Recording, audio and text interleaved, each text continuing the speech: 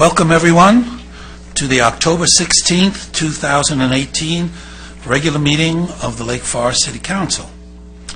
We'll begin tonight's session with the invocation. Tonight, the invocation will be provided by Peter Richardson, Counselor to the Bishop, the Church of Jesus Christ Latter-day Saints here in Lake Forest.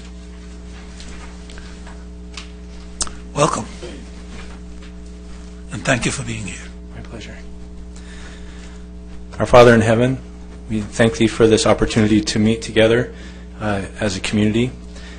We are thankful for the leaders and the members of our community who are willing to take their time and spend their energy for the betterment of our community and to support all of our community members. We're thankful for our elected leaders. We ask You to please bless them with wisdom, guide them in their decisions here in our city and in our state and in our country. We're thankful for the many rights and luxuries that we enjoy and attribute them to Thee. Again, we ask for a blessing on all those who live in our community. Bless us so that we can collaborate and work together for the benefit of everyone. And we pray for these things in the name of Jesus Christ. Amen. Amen. Thank you. The Pledge of Allegiance tonight will be led by Councilmember Voights, unless there are any Boy Scouts around. No? Okay, failing the Boy Scouts. We'd love to give to the Boy Scouts. Please stand and rise and salute the greatest symbol of freedom in the world. I pledge allegiance to the flag of the United States of America and to the republic for which it stands, one nation, under God, indivisible, with liberty and justice for all. The next we had closed session tonight, and City Attorney, is there anything to report? There's no action to report tonight, Mr. Mayor. Okay. You sure? 100%. Okay. Report from the student liaison.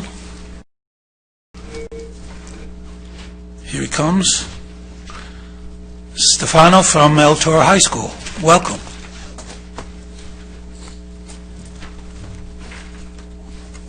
Hi. Good evening, council members. Stefano Polito here with the latest news out of El Toro High School. Last week, El Toro held its homecoming fair, where different clubs on campus could sell food to raise money for their activities, and students could participate in events such as our homecoming court dunk take. We held our Alice in Wonderland themed homecoming pep rally on Friday, where students participated in class activities versus each other. At the end of the rally, points were accumulated among events from the rest of the week to decide which class had won. Of course, it was the seniors. On Friday, we were scheduled to have our homecoming halftime show in coordination of the homecoming queen during our football game versus Tesoro, but unfortunately we were rained out and we had to reschedule due to the game being canceled from lightning. Our homecoming and halftime show will take place on Friday after next, on October 26th, during our pink out football game. El Toro's Alice in Wonderland themed homecoming was held last Saturday on October 13th and turned out to be a huge success. We had a Down the Rabbit Hole themed dance with arcade games, a DJ, and more for all of our El Toro students. In upcoming news, El Toro's Canned Food Drive is coming up this November, where we will begin our can collection and look towards accomplishing our new can count. We will be setting up donation stands in front of our local Ralphs, and we'll be actively collecting donations and cans from our students and anyone else willing to participate in Lake Forest. That's all I have for you this evening. Thank you so much for your time, and as always, go Chargers. Did you want to set up a collection thing here at the city?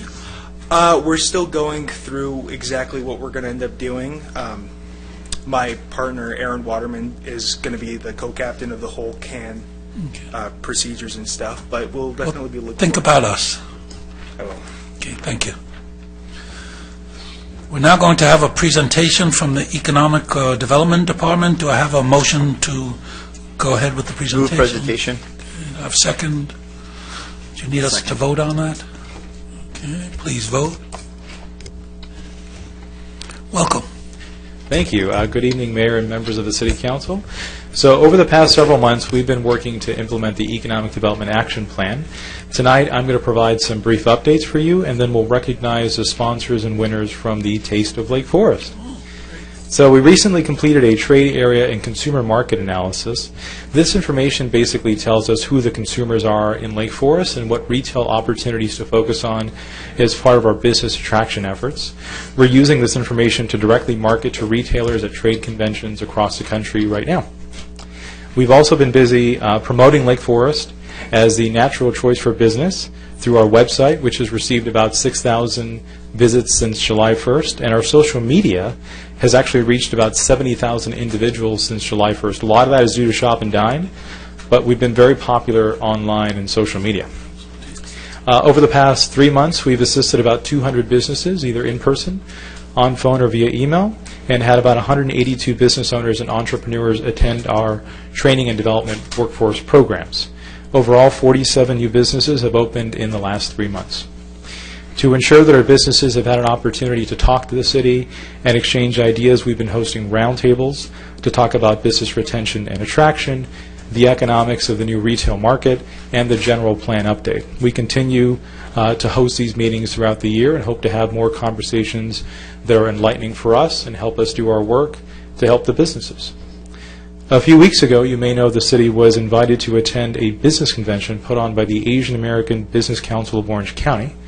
The mayors of Anaheim, Garden Grove, Huntington Beach, Irvine, and of course Lake Forest were invited to speak and provide a sales pitch to the businesses that were in attendance at that convention. Rather than talk to you about it, we thought we'd show you a little clip from the mayor's presentation that morning.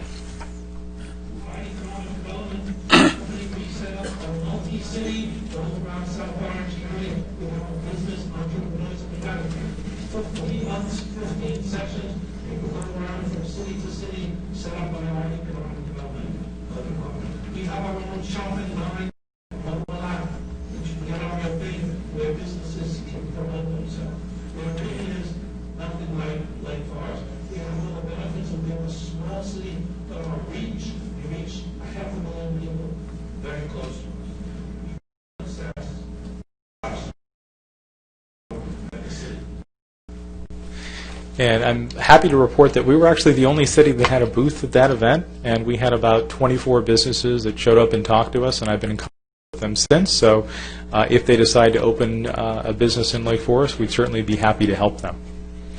So another way that we promote our businesses is through our Business Spotlight program. You may have seen these. This is a short commercial that is shot, directed, narrated, edited, and performed by very math and economic development. We provide these commercials free of charge to businesses, or typically small businesses, which they use to promote themselves on social media and other online marketing. We brought you an example of one of our most recent productions. This is for a new business called Escape the Place CA.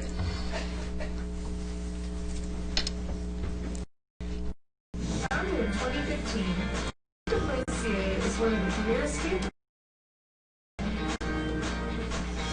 We offer many unique escape rooms that challenge even the most gifted and persistent problem solvers. Escape the Place CA is well known for winning the Gold Award and the 2017 Best Escape the Room.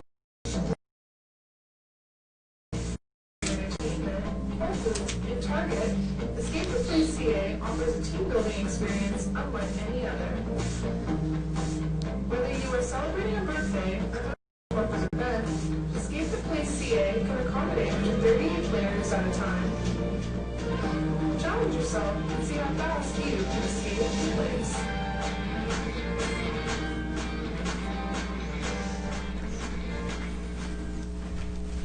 So that's a very popular program. We're all booked up in terms of businesses that want to use that resource.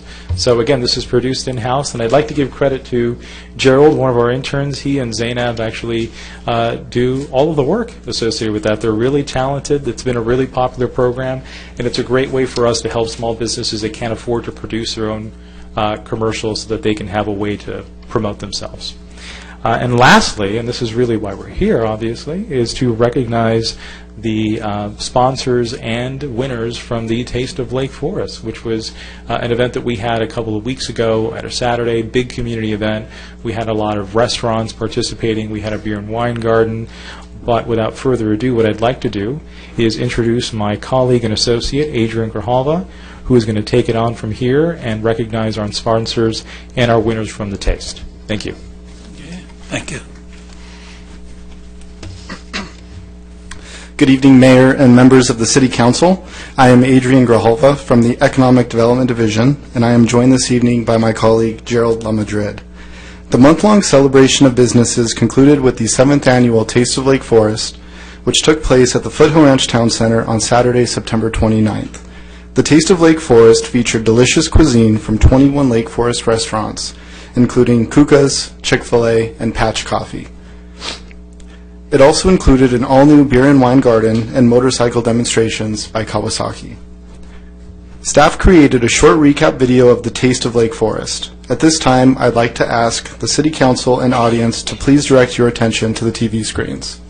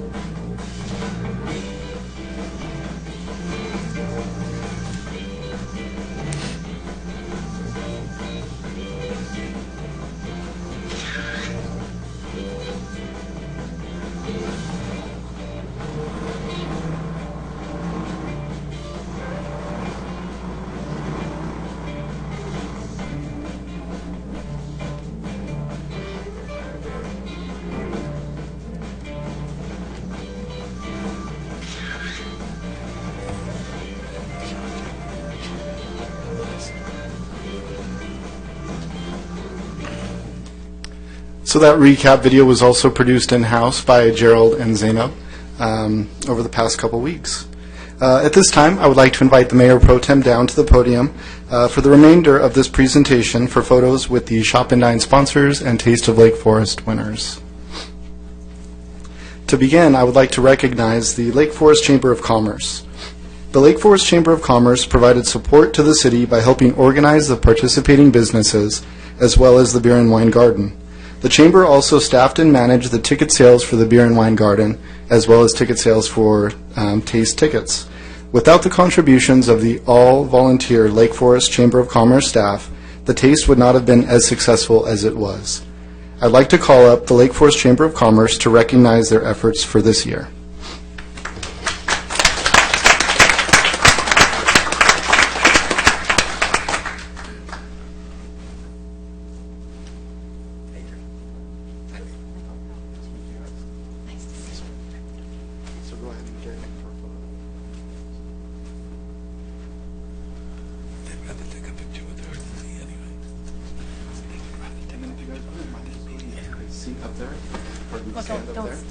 We're going to do a big photo at the end. Okay, perfect. Thank you, guys. The success of Shop and Dine Lake Forest Month would not be possible without the generous contributions of our sponsors. This evening, we are also going to go ahead and recognize our sponsors. I'd like to invite all sponsors in attendance up to the front.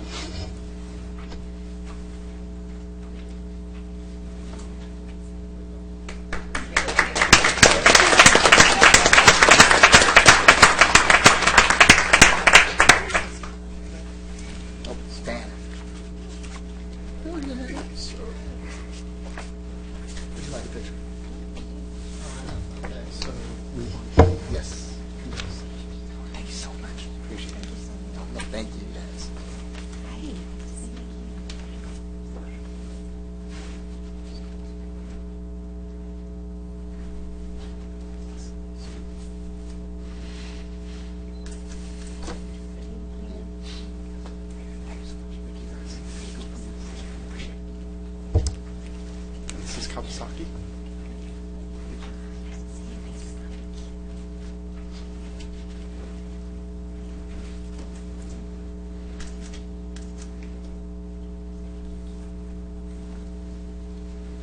So Reborn Cabinets and Kawasaki just received their certificates of recognition for being sponsors for the Shop and Dine Lake Forest Month. I would like to say that we did have a total of 21 sponsors. They were, however, not able to make it, so we will go ahead and mail their certificates to them. As part of the Taste of Lake Forest, attendees were able to vote for their favorite restaurants, and this evening we will recognize the winners as chosen by the community. The winner of Best New Entry Award, which recognizes first-time participants at the Taste of Lake Forest, was awarded to Urban Bar and Wine Grill. Pardon me, Urban Grill and Wine Bar.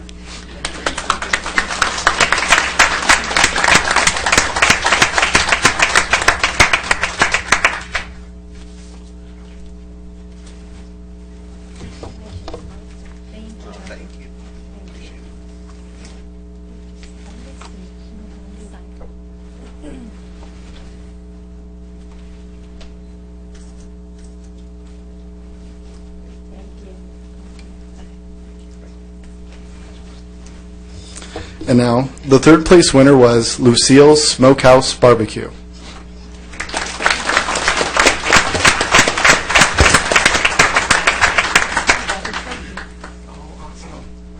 Nicely done, bringing the trophy. We had it in the car. We saw someone else had theirs. We thought it was a good move. Thank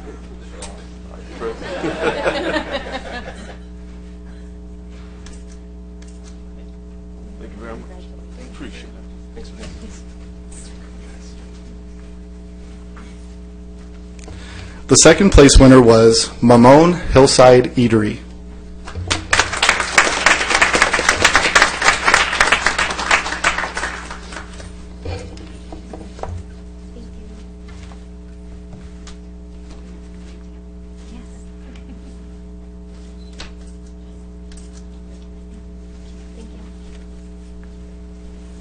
And last but not least, for the second year in a row, the first place winner of the Taste of Lake Forest was Tito's Build Your Own Burrito Bar.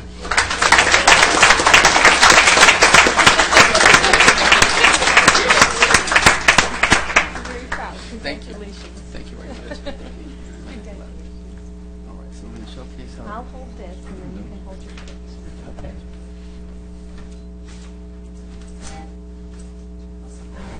Thank you. Thank you. And you'll just come on over here. Thank you. And now at this time, I would like to invite the mayor and the rest of the city council down to the front for a group photo. And if you guys wouldn't mind, if we can get as far back and as close to the dais as possible, that would be great. And we will be taking the photo with this sign that says, Taste of Lake Forest, Class of 2018.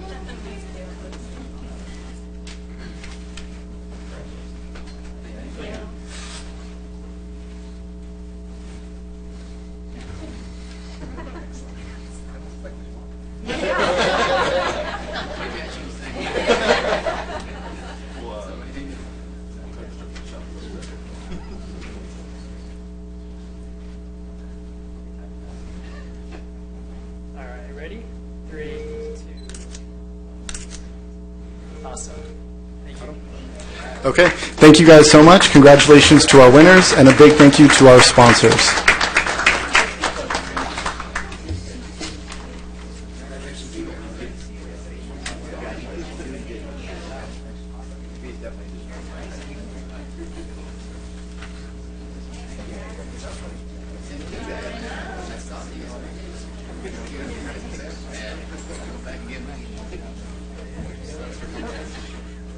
Do I get to take the sign?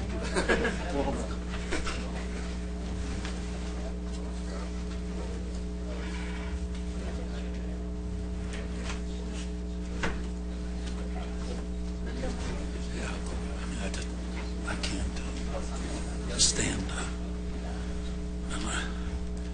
Okay, thank you very much, Economic Development. I apologize to all the award recipients. I broke my toe and a couple of ribs last week filming the mayor's minute. You got to watch out when you work with these guys. So I'm not able to stand for long periods of time. So the mayor pro tem was kind enough to sit in and do it for me. It was my pleasure.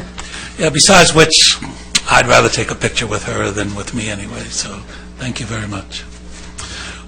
Before we conclude economic development, Carly, you gave us a bunch of figures, but you know how I like trends better than figures. So what would you say are those numbers you gave us? Are they stable? Are we decreasing in any of those areas? Are we increasing? What's your sense of our trends for all those statistics you gave us? Not all of them, but some of them. Mayor and Council, for the most part, those statistics are pretty significant increases, especially social media outreach, the number of businesses attending our workforce development programs. Those are pretty big increases from the prior year in most of those categories. Okay, great. That's what we like to see. Not going down in anything, are we? No, not to my knowledge. The other question I had was, how do we compare with other cities as far as growth? We've opened 46 recent businesses. And how do we fare per capita for some of our surrounding cities? We could find out. I don't have those statistics with me. We can provide an update to you later on. I'd have to talk to my colleagues in other cities and see if they have that information available, and then provide those numbers to you. That would be helpful. We have the second fastest growing sales tax in the county. That one I know. So that's your efforts in economic development, because it's the businesses providing us with the sales taxes. Councilman Robinson, did you have a question? Yeah, just briefly, over the last week or two, there's been a little bit of social media chatter about a business that was trying to do some outside displays of their merchandise and ended up getting some citation, I don't know if it was multiple, from code enforcement.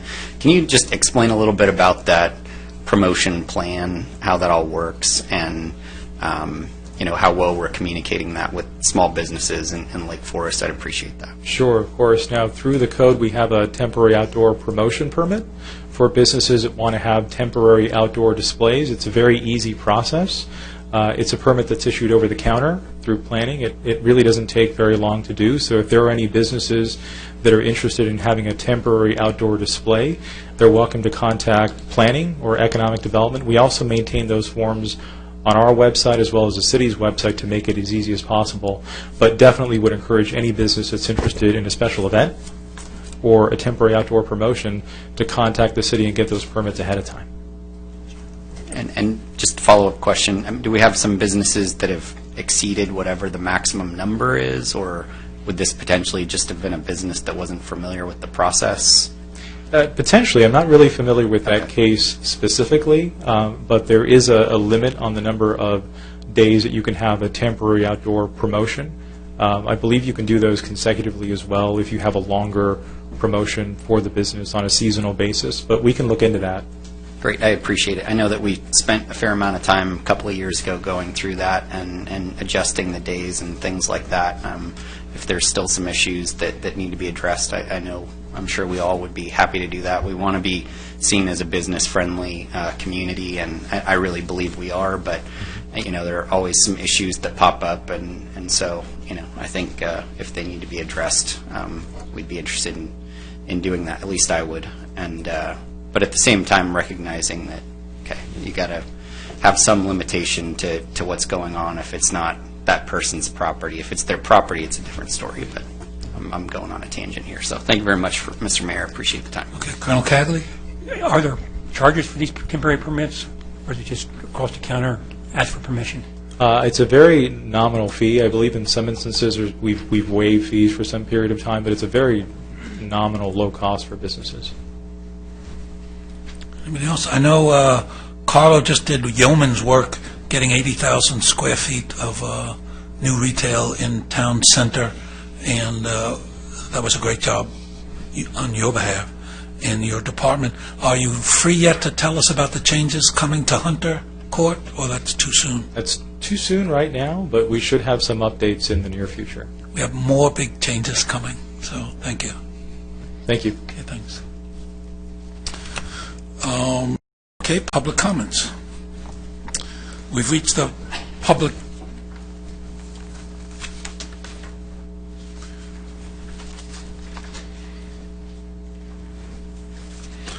And we're not at public comments, we're at the certificate of registration. All right. I have a script. I'm going to read the script that's in front of me. We've reached the public comment section of the agenda. As a reminder, if you would like to participate, please fill out a public speaker card, turn it into the city clerk, and your name will be called. Madam Clerk, do we have any requests to speak? Dale Sandor, followed by Margie Matzel. Welcome. Thank you. Mr. Mayor, council members, I'm Dale Sandor. I'm president of the Homeowners Association at El Toro Estates on Muirlands. when my wife and I moved here from Mission Viejo 6 years ago, what a difference. Mission Viejo never met a developer or a project that they didn't want to spend for. You folks are terrific. I've never seen anything like this. No bonded indebtedness. Incredible. This is truly, truly incredible. We worked for many years, a group of us, Alan Pilger, Brad Morton, you know him. You know him. We worked a lot. John Paul Ledesma, for example, to get rid of the spenders in Mission Viejo. Finally, we were successful, but they already spent the money. City halls, developers, all this type of thing. The money went out. Now they don't have any money to do anything else with. Anyway, it's fine. I really like it here. This is wonderful. It's a wonderful place to be when you're retired and know that the city is not going to jack up the taxes on this and that. They spend within limits. Anyway, enough kudos for you guys and your predecessors. Across the street from where we live is El Toro Park. Now, my wife and I walk our dogs there 2 or 3 times a week, depending on what I have to do, if I have to be to work earlier or be somewhere early. Anyway, the park gets a tremendous amount of use over the weekends, and it's kind of showing it. I've talked to my son and I both. In fact, my son owns a home also in El Toro. I talked to Kay Yoshino, who is the facilities supervisor, about possibly putting some more effort into dog bag station. You only have one dog bag station. It's on Muirlands as you enter from Muirlands. We could use at least 2 or 3 more, one on the south end towards Raymond there, or whatever it is, and Kavanaugh in that area. Not Kavanaugh, it doesn't matter. Anyway, there's a pickup there for the mail. There could be trash for the dogs there, and a couple other places. Near the, for example, near the where you go to the bathroom, the restrooms, and there's a lot of little kids there and all. It'd be nice to have some dog bag stations there. They have books that they give out there and things like that. Plus, maybe spend a couple of bucks and buy a few new trash cans. Those old ones, getting pretty tacky looking. Yes, you have a lot of them, but you have them only along one strip. We need some, again, by where the kids play, by the tennis courts. There's a couple other places that we need this stuff. I know you don't want to spend the money. I understand that. Time is up. The red light has come. Okay, thank you for your time. Thank you very much. Scott, is that your bailiwick, or is that Tom? Okay. Okay, we're going to refer... we're very happy that you're more pleasantly surprised in Lake Forest than Mission Viejo. We didn't recognize you with your new hairstyle, so... Okay, we're going to give that to our Public Works Director, and he'll get on that. Next. Margie Matzel, followed by Robert Bush. Welcome. Welcome.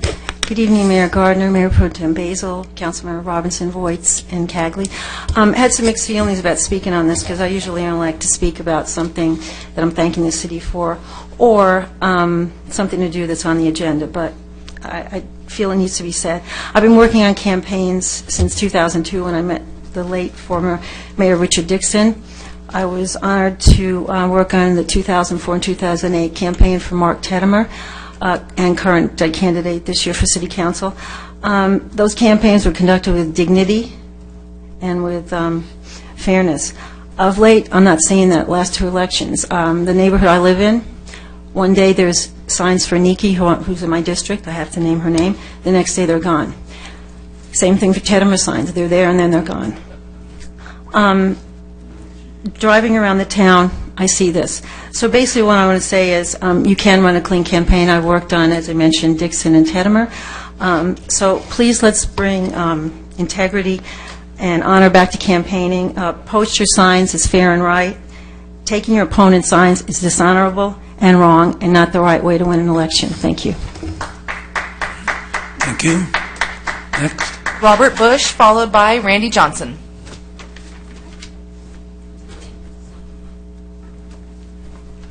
Welcome. Good evening.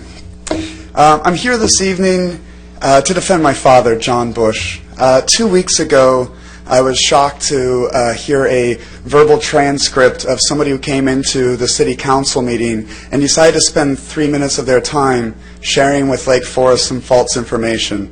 It was so deeply, profoundly shocking that I had to come in today to rectify the situation. What Mr. Josh Abner Viscay was saying was downright slander. Slander is the action or crime of making a false spoken statement damaging to a person's reputation. And what I heard in this room was so terrible. And I just want to start going over them one by one because it was that offensive. Mr. Abner has stated that my father, John Joseph Bush, was actually somebody named John Howard Bush from Marion, Florida. He mentioned things on this microphone I don't want to say out loud. I would have too much respect to repeat them. But things involving children, things involving dog fighting, things involving a myriad of accusations that I've brought documents to clear his name for. Now, why Mr. Josh Viscay Abner would come in and are his words to protect his highly influential, let me get that right, he wanted to protect his very expensive clients, is what he said. Mr. Abner, as I know, has 3 clients. One of them was Mr. Horowitz, who was just, his signatures were disavowed from being a city council member because they were forged. This is the accusation that I saw. And then Josh Viscay's name is associated with it. Adam Nick, who I think we all know at this point is doing anything he can to own this city and get his lawsuit, is doing anything he can to pay Mr. Viscay to slander my father's name. Some of the other clients of his I don't need to mention, but those 2 in particular I thought were very interesting considering the accusations. Mr. Nick in particular, I don't know what he wants or what he doesn't want, but if he could, I'm going to refrain and say that. I'm just going to say, Mr. Viscay, I would like to have a formal apology written, as I do have the actual John Bush, whose accusations that he accused of him, with me here, and for the record, make sure that that's very clear to everybody in the city of Lake Forest that my father was not guilty of these crimes. And if anybody has any questions, I'd be happy to share these documents with them. I apologize for taking time of city to do something so mundane as one person in this city, but because somebody has chosen to take their 3 minutes to slander my father, I only felt it right for somebody to come up and defend him, considering the accusation were that sincere. I appreciate your time. Thank you. Thank you. If you want to leave those documents with the city clerk, she can post them. Yes, please. Sure. Thank you. Thank you. Next. Randy Johnson.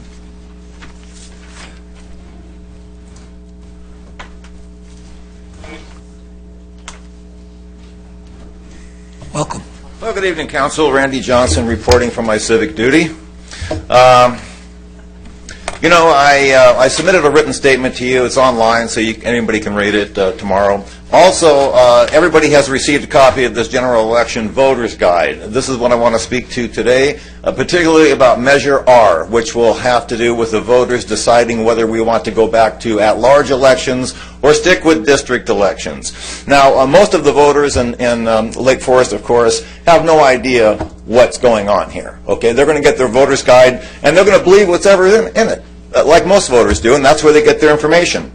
Let me read the statement that the city prepared to describe Measure R. Shall the Lake Forest Ordinance authorizing the City Council to return to at-large citywide City Council elections with the understanding that doing so could lead to litigation, financial exposure in the millions of dollars under the California Voting Rights Act be adopted. Now, of course, these are all scare tactics because there's nothing saying that we're going to have to pay $1 million or we're going to go bankrupt. That's a bunch of malarkey, and everybody knows it. Okay, just because other cities that have large Latino populations of over 50%, we have 25%. Okay, there's no. This is a scare tactic to get people to vote no on Measure R. It's biased, it's leading, and it's prejudicial.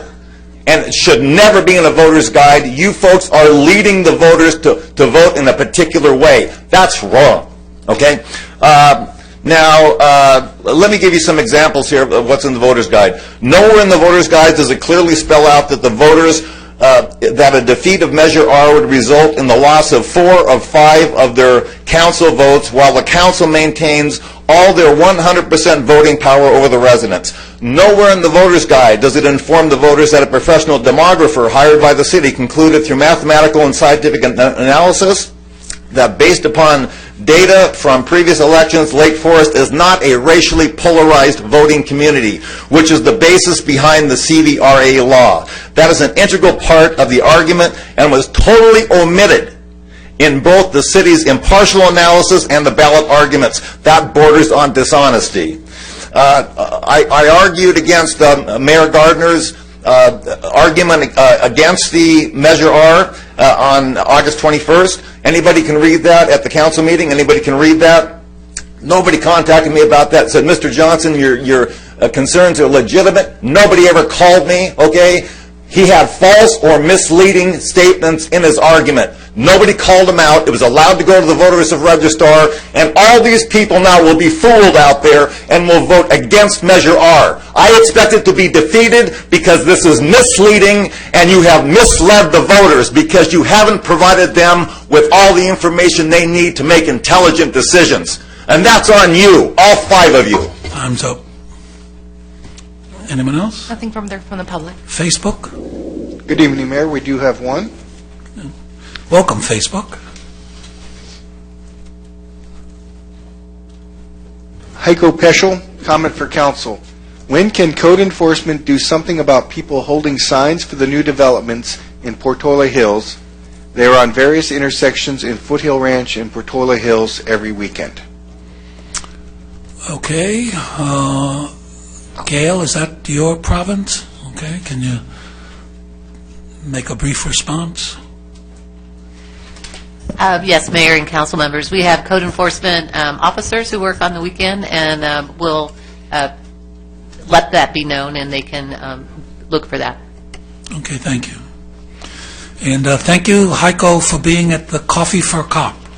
Today, Heiko was today we had Coffee for a Cop at 8 o'clock at Patch Coffee House, and Heiko was one of the citizens who showed up there today. And the next one will be Pizza with a Cop on November 14th. And do we know what pizza place it is yet? Mod Pizza in Foothill Ranch. Mod Pizza, Foothill Ranch. In the evening. Okay, please show up. It's a great opportunity to sit down with our police. There were about a dozen, I think, at one point. I said to the chief, "The hell happens if we get in trouble here?" We didn't get in trouble, but it's a really nice opportunity to sit down and socialize with the sergeants, with the patrol people. Some explorers there too, weren't there? No, not explorers. Okay, just the police. Anyhow, next November 14th, and thank you, Haiku, for taking the time to show up, and thank you, Patch Coffee House, Foothill Ranch, for sponsoring that, and thank you, Chamber of Commerce, for cooperating with that as well. All right, that completes the public comment section. Now we're on the consent calendar. Items numbers 4 through 13. Tonight we will conduct one vote for all items listed on the consent calendar. Items 4 through 13 on the consent calendar are considered routine and will be enacted by one vote. There will be no separate discussion of these items unless members of the City Council, the public, or staff request specific items be removed from the consent calendar for separate action. Madam Clerk, have you received any requests to remove any item from the consent calendar? No, Your Honor. Okay, colleagues, anybody want to pull? I'll move consent calendars 4 through 13. That's including the warrant registry. So, yes, sir. I'll second. Go to that. Okay, I wanted to pull 8, but then if you'll amend your it's fine. Your motion to everyone but 8. So we're voting on accepting all except item number 8. Please vote. That motion carries unanimously. Okay, item number 8, City Manager's Quarterly Report. For those of you who haven't seen that yet, you should go up on the website. That is extremely informative, and thank you, City Manager. That's pretty much, you got a dozen or so of the major projects and it shows you where we are on each of those projects and what the next step is. So a very informative addition to the way we manage the city. Thank you very much. And with that, I'll move the item. Second. That motion carries unanimously. We now come to the public hearings. I'll open the public hearing and receive the staff report on the public hearing to number 14, public hearing to consider renaming Cape May to Artists Way. Mayor and members of the council, we have a report from our Economic Development Manager, Carlo Tomaino. Good evening again, Mayor and members of the City Council. So a little while ago, the City Council directed staff go out and conduct some outreach in the business park that includes Cape May Place. We sent letters to 84 businesses in the area, talked to the Business Association. We received some feedback, about 9 responses overall, on the proposed name change to Artist Way. We thought that would be fitting considering the City Council discussion and direction we received at the meeting. As I mentioned, we received 9 responses. 6 were positive or affirmative of the decision. 3 proposed different alternatives. But overall, given our sample size, it appears that we have more support.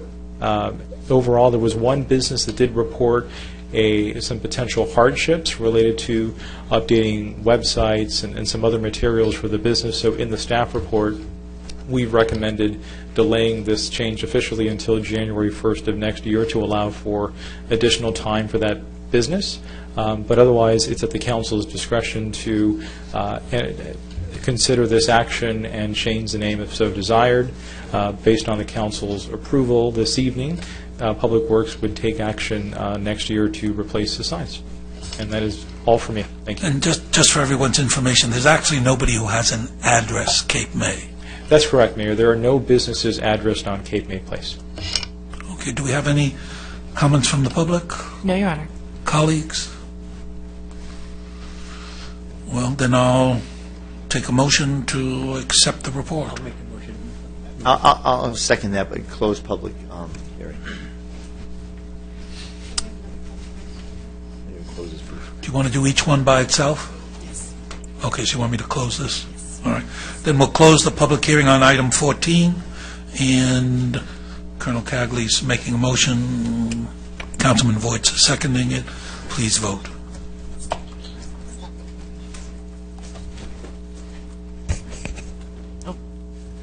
That motion carries with Mayor Pro Tem Basil opposed. All right, item 15, we will open the public hearing on item 15, which is an amended tentative tract map, blah, blah, blah, for 85 single-family homes located north and east of Wood Tamarisk intersection, submitted by the Director of Community Development. Do we have a staff report? Mayor and members of the City Council, I'd like to turn it over to Gail Ackerman, our Director of Community Development. Good evening, Mayor and members of the City Council. This evening, I'd like to introduce Jennifer Mansour. She's an associate planner, and she has a staff report. Jennifer has been serving as a project manager for this project. Good evening, Mayor and Council members. This item is an amendment to the approved tentative tract map and site development permit for the Teresina residential project that was approved for 85 single-family residences in 2012. The site is in Central Lake Forest and is located at the intersection of Peachwood and Tamarisk, which is accessed from Trabuco Road. The site is surrounded by Tamarisk Park to the west, an open space area to the north, the future Serrano Summit residential community to the east, and the existing residential communities of San Remo Villas and Willow Glen to the south. This residential project was one of the original sites from the city's Opportunity Study Area project, which changed the general plan designation and zoning for the site to allow for residential development. In April of this year, the property was sold to Shea Homes and renamed Teresina. In August, Shea Homes was issued a mass grading permit and one wall permit based on their currently approved site development permit. Shea Homes is requesting amendments to the originally approved tentative tract map and site development permit. The originally approved project included the development of 85 single-family homes with private streets and 3 private parks. Based on the approved grading, the site gradually sloped down from the northeast side of the property to the southwest side of the property near the Peachwood and Tamarisk intersection. Elevation changes occur gradually throughout the site through the use of 2-to-1 slopes and retaining walls. Shea Homes is requesting modifications to different aspects of this project. When Shea Homes purchased the property, their engineer reviewed and approved grading plans and discovered geotechnical, easement, utility, and drainage issues that were not appropriately addressed in the original grading design. The engineer developed a revised proposed grading design for the site that would resolve these issues and create a more appropriate engineered design. Generally, the overall grading concept did not change, and the grading design utilizes a similar number of retaining walls. However, the locations of these walls have changed, with most of the changes occurring on the east side of the property, adjacent to the Serrano Summit project site. As previously mentioned, the Willow Glen condominiums are located south of this project and are separated from the Terracina residences by 79 feet on the east side of the project and over 150 feet on the west side of the project. A detailed analysis of these changes to the grading on the south side of the project was included within your report.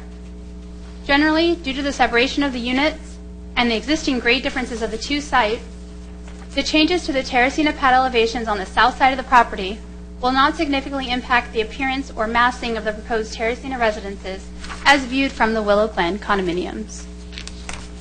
The proposed changes to the site grading trigger changes to the approved site plan. The graphic on the screen shows the major site plan changes. The site plan changes will not increase the number of residential lots in the development, increases the usable area of one of the pocket parks, and provides 7 additional parking stalls at the site. The revised site plan has 90 more guest parking stalls than required by the city's code. The project also includes a new landscape plan, which complies with the city's water efficiency landscape ordinance, will enhance the appearance of the development, and provides landscape buffers from the surrounding uses.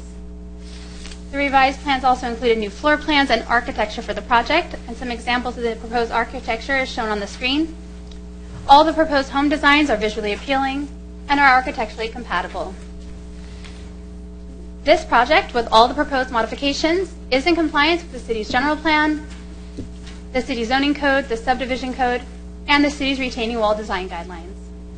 The revised plans address the grading issues that were discovered by the engineer and retains many of the key features originally approved by the City Council in 2012.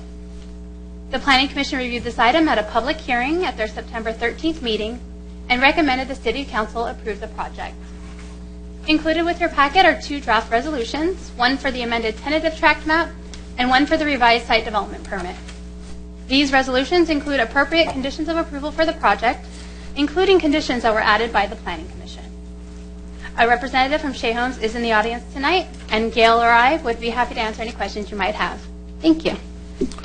Okay, before I take public comment or close the hearing, I have 2 questions for the attorney.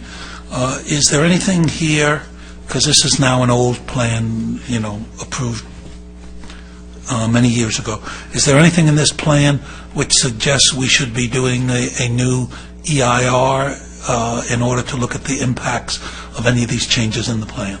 Mr. Mayor, council members, the CEQA review that was previously done is currently adequate for what's being requested. It's certainly by no means stale, and the level of changes being requested doesn't rise to any kind of level where they would require a new evaluation. Okay, and then in keeping with the city's conflict of interest ordinance, is it appropriate for city council members to reveal whether or not they received any money from the applicant Shea Houses? If they so choose, absolutely. Okay. Any colleagues want to reveal any campaign contributions from Shea? Okay. Failing that, then we'll accept public comments. Brooke Doy, followed by Bob Yoder.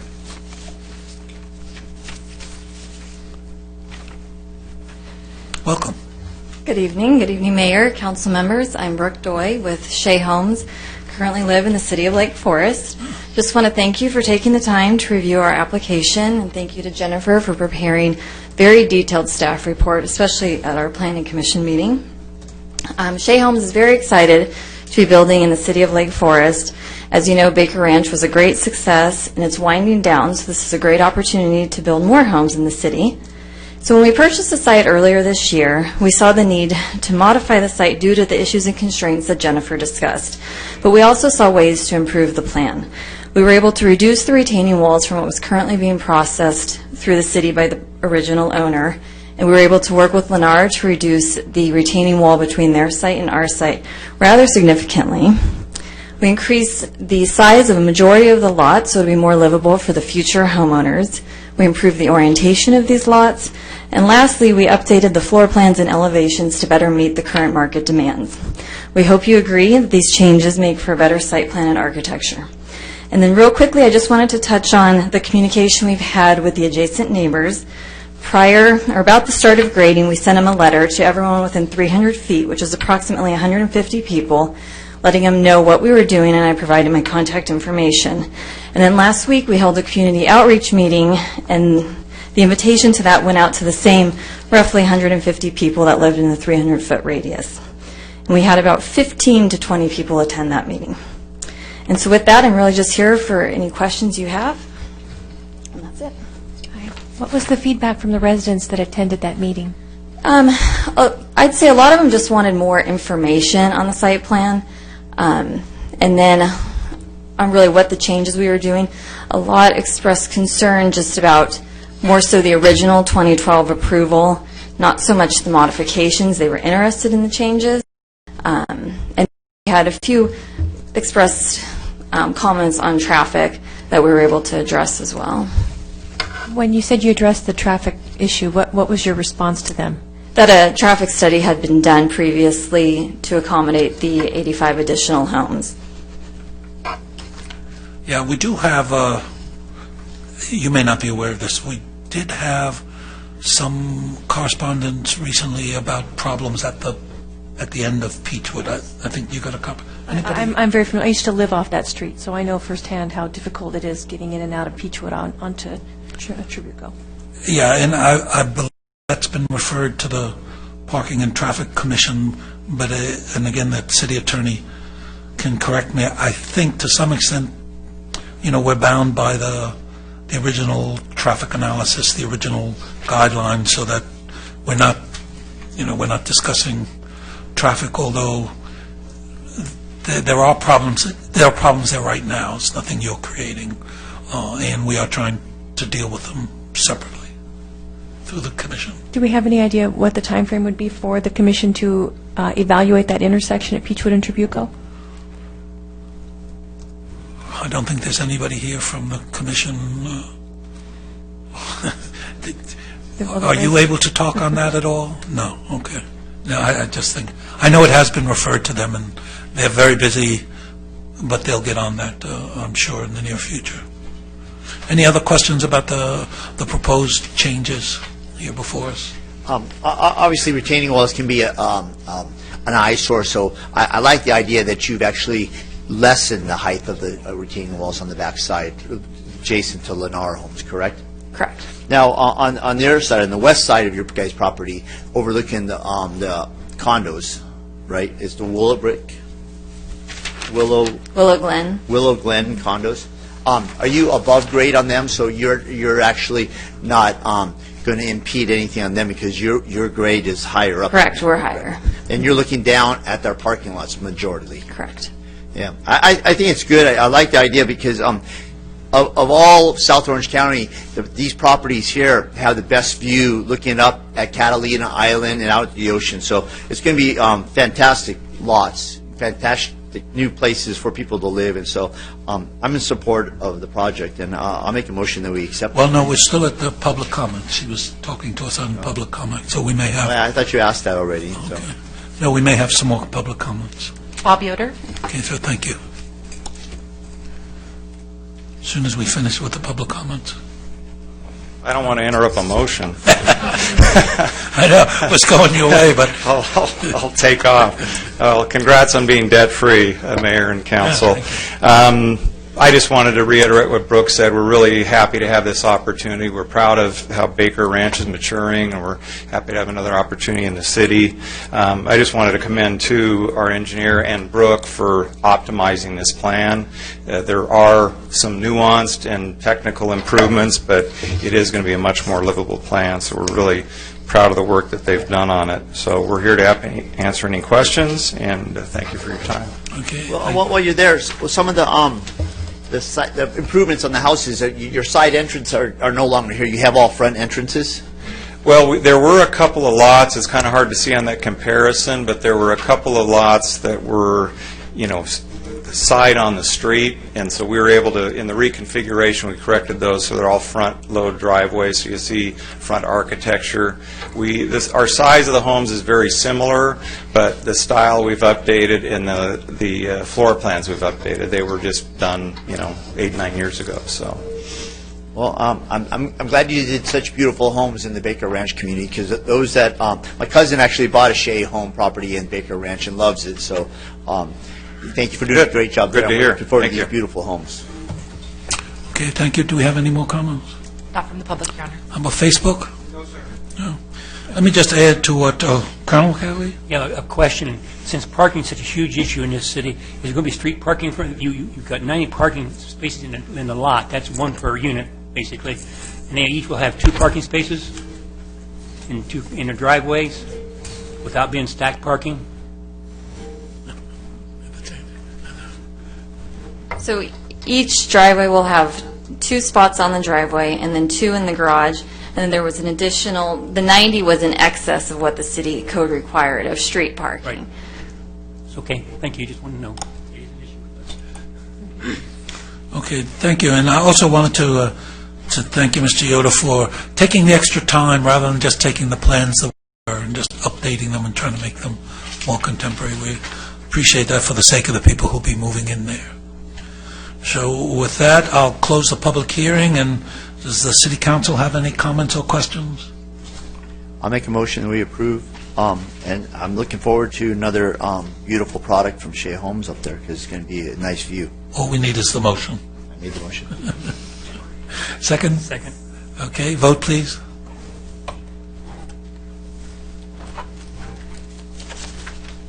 That motion carries unanimously.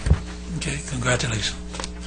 Item 16, consideration of the 2019 City Council meeting calendar.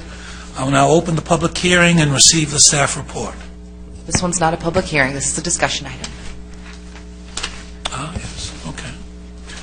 I'll open the discussion item, consideration of the 2019 City Council meeting calendar submitted by Acting City Clerk. Mayor and members of the council, we've outlined a suggested calendar for you, which includes a budget hearing in May. It includes a suggestion to reschedule your first meeting in January to occur on Wednesday instead of Tuesday, since the Tuesday would be a holiday. We're also suggesting that the council consider canceling the first meeting in August and the first meeting in September, and hold them if an item emerges that needs to be heard within the first 2 weeks of both of those months. The suggestion is based on the conflict that we experience every year with National Night Out, and the September cancellation is suggested because of where the Labor Day holiday falls. Again, this is completely at the council's discretion, but this is what the staff's recommendation to you is. This concludes our staff report. We'd be happy to answer any questions you may have. So we could, on the ones that you want to cancel, we could move them to a Wednesday as well. Certainly, you could do that as well. Colleagues, any comments or questions? I definitely like the idea of moving the one in August, because it's missing the National Night Out. It's kind of a no-brainer. But if we have business that needs to be conducted, I'm okay moving it to a Wednesday if necessary. Yeah, it's hard to know. It's hard to project. The way we've been doing things this year, we probably have almost nothing to do next year. And yet the Civic Center, there's so many things going on, we could be inundated with stuff. That's why I'm a little worried about canceling and then everybody's going to make arrangements to go away on vacation, have a good time, et cetera, and then suddenly we're going to have the meeting. That's my fear. I'd rather wait until maybe, let's say, June, or include them, and wait till June, and then in June, looking forward, if you can say, hey, the next 4 months is going to be light. Let's go ahead and cancel August and September because I can see it's light. But from now, there's no way to know. We might be embroiled in all kinds of civic center things, and suddenly we're having lawsuits and we're here till midnight. So I think it's premature. I don't mind the idea. I think we could make I'll make a motion, and you guys think about it. I make a motion we accept this as is, but with the caveat, if there's something pressing, according to you as a city manager and staff, that you could call us back in. So the fact is that we solidify this, but then if need be, that you call a meeting if there's pressing issues. That would be my motion. Yeah, we could do it that way. Either way, I just don't want to get caught not having a meeting in the middle of Right. a busy season, but so long as it's done with that understanding. So with your discretion. I'll second that. Any more comments? Let's vote.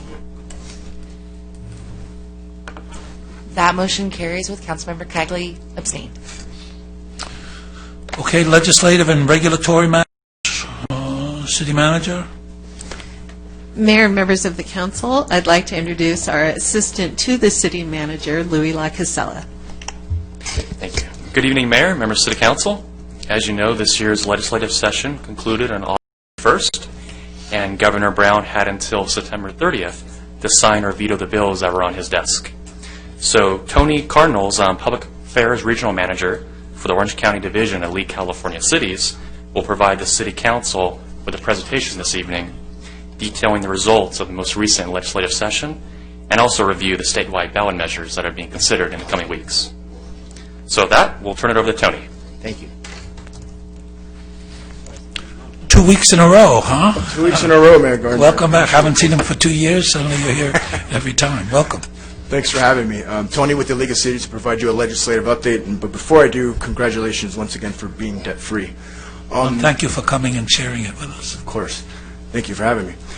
September 30th, as was stated, was a deadline for the governor to either sign or veto any legislation that made it all the way to his desk. The League, we submitted 53 requests to the governor, 36 requests for signatures, 17 requests for vetoes. When you tabulate those requests and compare them to the action that the governor took, we have about a 68% success rate. So it is somewhat of a mixed bag. In terms of the positives, AB 3162 was signed into law. This gives more local control and regulation over sober living homes, which has been a problem here in Orange County, so that's a positive for cities. Another positive bill was AB 2598, which was actually sponsored by the League of Cities. That gives cities and expands your local code enforcement tools, which is another positive for cities.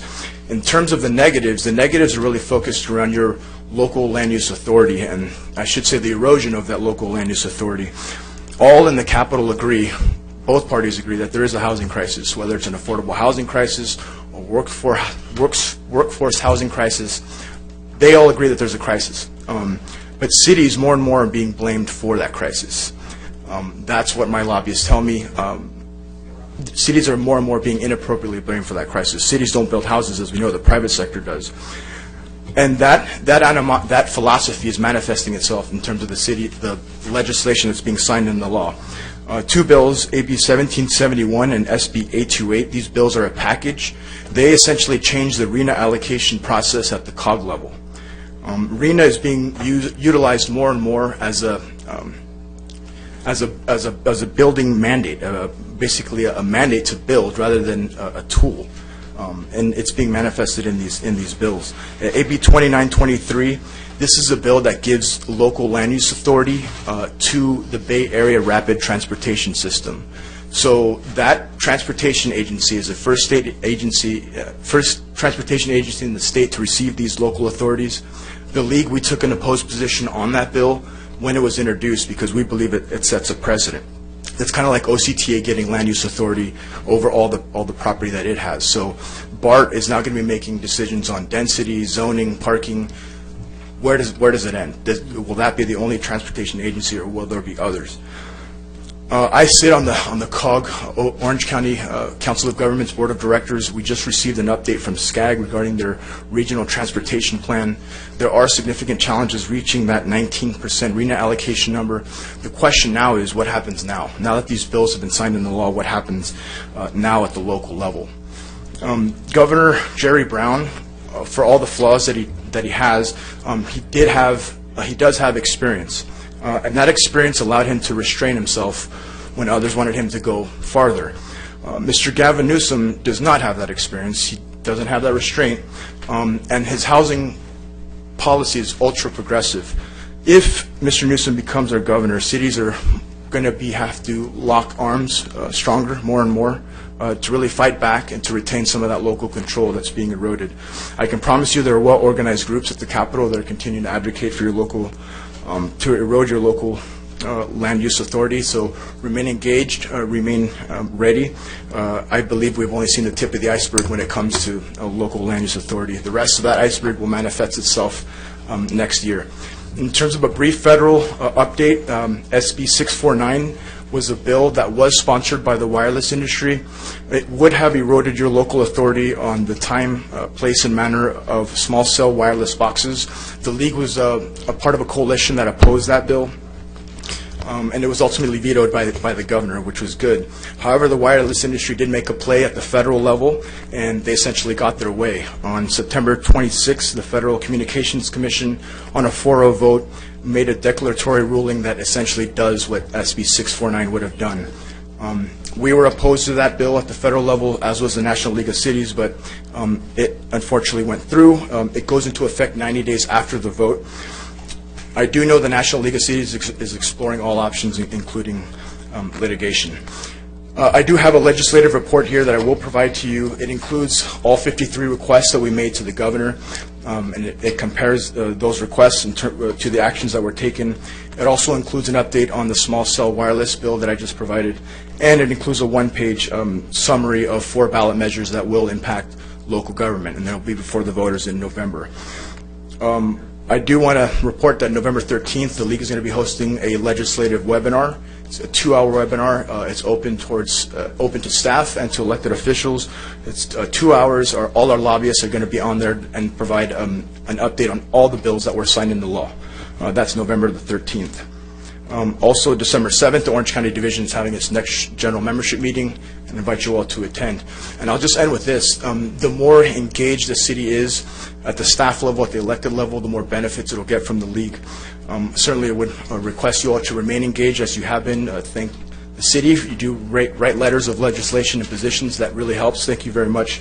We'd like to thank Councilmember Voights for your participation on the Revenue and Taxation Policy Committee. We have 8 policy committees. If any of you are interested in participating or getting appointed to that, our division president, Mission Viejo Mayor Ed Sachs, is going to be making those appointments this Friday. So if you're interested in serving, certainly let me know. And I'll just pause there and open it up to questions. Colleagues, questions? Anything from Facebook? All right, well, thank you very much, and thank you for all the work you do throughout the year helping us with these legislative issues. Thank you, Mayor Gardner. I'll leave this. I'd like to thank you, Tony, for representing the County of Orange with the League of Cities. Your League of Cities has been a substantial player in helping cities keep local control, and so I just want to say thank you. And I benefited greatly by participating in the League of Cities and in that committee of Rev and Tax, and so thank you for all you guys do. So I really appreciate it. Thank you, and we as Councilmember Voights. cities appreciate it. Thank you. Thank you for the time. Appreciate it. All right, then we're at the city manager's report. Do you have anything else to say that you didn't put in your quarterly written report? No, I'd just like to urge the council to fully use your 5 minutes that for comments tonight. That would be greatly appreciated. Total for the council. They have 5 minutes. Jeez. We're on set for a record here, so I'm not going to mess with that. Yeah, all right, well, I'll... okay. Okay. The staff has a pool every meeting, and the pool is when they think, so she obviously has got 8 o'clock. So, okay. No, we will be our usual short and pithy selves. So starting at our pithiest, at our extreme right, Councilman Robinson. Pithiest. No comments this evening. All right. Then Colonel Cagley. I do have a few comments. First off, I want to explain my abstention on that one ballot. I'm the only person on the dais will not be here next year. I felt it's appropriate for me to abstain from voting on next year's calendar, and that's the reason I chose that route. No other reason. Secondly, Mayor Pro Tem's Foothill Ranch blog or page, Facebook page, they had a great article in there about what the Traffic Commission's been doing with the last month or so. Excellent program, and they're really often going well, which is what we planned for them to do when we put them on the main commission. Finally, this storm, this wind has really trashed some of our streets. We're going to have a challenge ahead of us getting it all cleaned up. I don't expect it to be done by tomorrow, but it really is going to be a challenge to us. As best I can do, Deborah. Oh, I'm sure you get some help from the left side, believe me. Councilman Voigt. But we're doing 5 minutes. I had the pleasure of going to the haunt at the Heritage Hill, but due to rain and thunder showers, it was closed down. So I raced over to think I was going to catch the homecoming, but homecoming, due to lightning and thunder, homecoming football game had been canceled. So I got to go home and watch a good movie with my wife and daughter. So unfortunately, we lost this year's haunt at Heritage Hill due to rain. Mother Nature, we sorely needed the rain, but it was just bad that we had such a great turnout for the haunt at Heritage Hill. Do we have numbers on how many people were there? I don't have the numbers, but I wanted to let you know we actually did reschedule for this Friday from 6:30 to 10:30. Oh. So Awesome. still enjoy the haunt. And you know, pulling up, I got in just as the rain started, and then it became quicksand throughout the Heritage Hill because it was mostly dirt if you've been there. And I heard the maze was like a quicksand. That's correct. It's just all dirt in there. It takes very little rain to make it muddy. And rained. It came down like cats and dogs. It did. Yes. And so the staff did a marvelous job in clearing Heritage Hill without no injuries. Everybody there was no riots in the parking lot. They had called for more police because there were so many people in the parking lot, but it was peaceful. Everybody leaving. Disappointed, but peaceful. Mayor Pro Tem? Yeah, there was a comment earlier in public comments about campaign signs that have gone missing. And it occurred to me, I was actually on the phone with someone just yesterday, and they were talking about how their neighbor had a campaign sign in their yard, and they looked out the window and said, oh, it's not there. But, I mean, we had 70-mile-an-hour winds. In my house, the windows were actually bowing and whistling. It was frightening. So just, I don't know what's been happening on the campaign trail, but there is a high likelihood that maybe the powers of God blew away several campaign signs, and it wasn't any one particular fault. So just making that statement. I don't know what's going on out there. But also, speaking of public comments, I understand that there were a couple of public comments that had been missed in the original round, and I wanted to ask the mayor if he wouldn't mind if whoever had public comments that missed them could be read now. Sure, I wasn't aware of something got missed. There was a technical issue. It didn't show up on mini feeds. Okay. Do you have something And now? that's all my comments for the night. Sure, Deborah needs the time, so we're... Do you have anything? We do have one comment. Okay. Martin Henderson, comment for council. I stood before this council in January after a number of people talked about doom and gloom of having Colonel Cagley on council. He was called outright a puppet of Adam Nick and Jim Gardner. Even one of those candidates hoping to replace Colonel Cagley, Nikki Motazzati, wrote on her Facebook page, quote, disappointed that the city elected someone who is a puppet, parentheses Cagley, to a woman who has personal vendetta against a council member.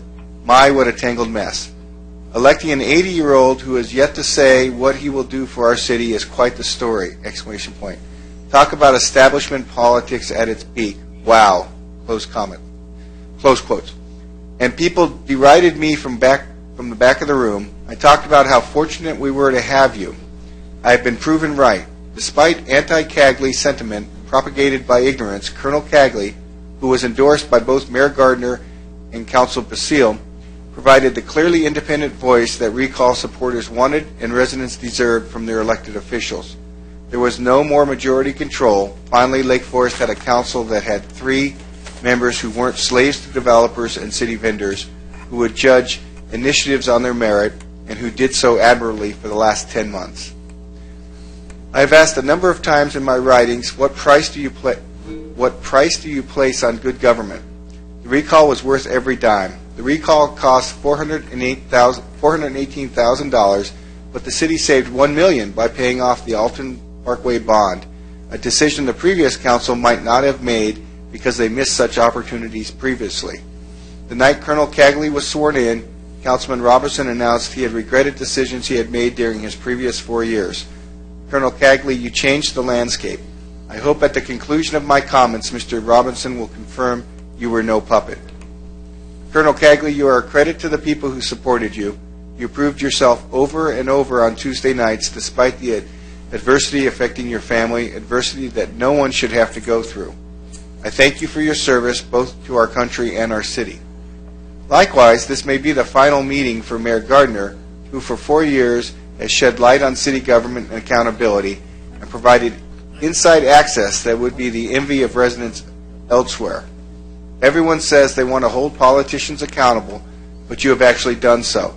To remove you now would plunge this city back to days when it was governed by backroom deals.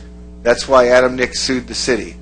It would plunge this elected body back to another majority that would rule with impunity at the expense of residents and the days when special interests knew there wouldn't be any pushback. I say that with as much confidence as I had when I defended Colonel Cagley in January. Mayor Gardner, it's clear that you've been fighting for us for a more transparent and accountable government, and it's unfortunate that many, including your opponent, confuse that with dysfunction. Good luck to you in November. Finally, Councilman Voigt agreed to provide a retraction for a statement that he made in exchange for tabling discussion of his censure in February. I would like to ask Mr. Voigt to share the location of this retraction tonight so that Colonel Cagley can see it before he leaves office. Where specifically can it be found, or is this another example of his dereliction of duty? Okay, thank you. I'd certainly like to join with Martin in congratulating and thanking Colonel Cagley for the service he's done. I think if you'd all get up and join me for, he's done a terrific job. That sounds like an obituary.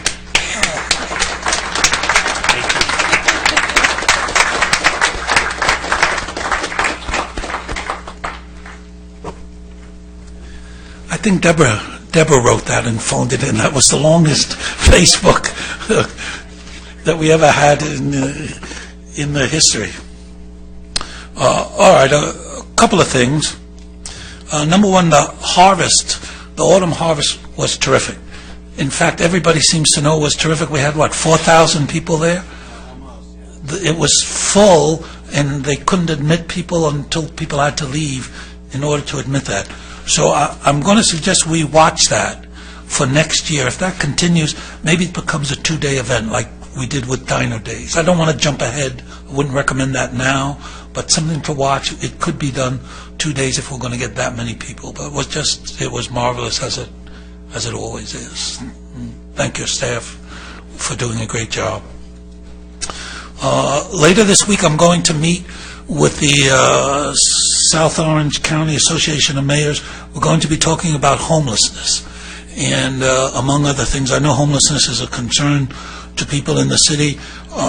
We are doing a bang-up job, probably the best job in South Orange County in terms of the work we've been doing. And this is primarily the work of city manager and Carlo and Councilman Robinson and I have been sitting on a committee. We have a larger multidisciplinary committee set up who's meeting to give us guidance. We've already conducted 2 censuses, although maybe that's censi, I don't know, 2 censuses of who the people are and what their needs are, and that was very surprising, but that's giving us guidance for going ahead and planning. We have contracted with an agency to provide 24/7 full case management, which should be very helpful in getting even more people off the streets and back into some form of transitory housing. The department has done remarkable with the time and effort and amount of money that they put, and nonetheless getting 20, 25 people a year without case management, just by themselves. So they've done a terrific job already, but we expect by this new contract be an even greater job, and that's starting very soon. And we just recently finished a comprehensive action plan, so which will incorporate affordable housing and all kinds of other things. We're way ahead of all the other cities in terms of preparing for doing a better job. We don't have a homeless crisis in the city, but we do have homeless people. We've been doing a good job. We're doing a better job, and going forward we'll be doing an even better job. And I'll be working with the other mayors this Thursday morning, trying to see what we can do collaboratively with them. In fact, we have already started collaborating with some of our neighboring cities in terms of this contract management, and we plan to do even more. So I know homelessness is of concern to a lot of people, and we are moving forward aggressively, and I believe pretty well. And next week also, I think will be of interest to people. Chief of Police and the city manager and I will be talking about the possible creation of an online neighborhood watch, something that takes the current technology and puts it just one more step further. We'll be meeting with one of the largest suppliers of front home door communication systems to see what they can do for us and for what we can do for them, and we are hoping to come back to you and improve our crime rate. Once again, the job that Lieutenant Valentine has been doing since he's been here, you've been here, what, 4.5 years? Those are the 4.5 lowest crime years that we've ever had in the city. So we're doing just great. We're, congratulations to him. But we could do better. We're not absolutely the lowest crime. There's those old people in Laguna Woods are still in son of a gun, Rancho and Aliso Viejo. Every year they still continue to beat us and everybody else. So we're doing an excellent job. Police are doing a great job. We could be doing better, and I'm hoping that this new online neighborhood watch will help us, give us that one little extra push to beat Aliso Viejo and Rancho and be number 1 instead of number 3 or number 4. So we'll be reporting back to you at the next City Council meeting how we're going with all of those things. I also like to recognize Traffic Commissioner Sonny Morper and for being here tonight. Thank you very much. With that, I say, see you next time.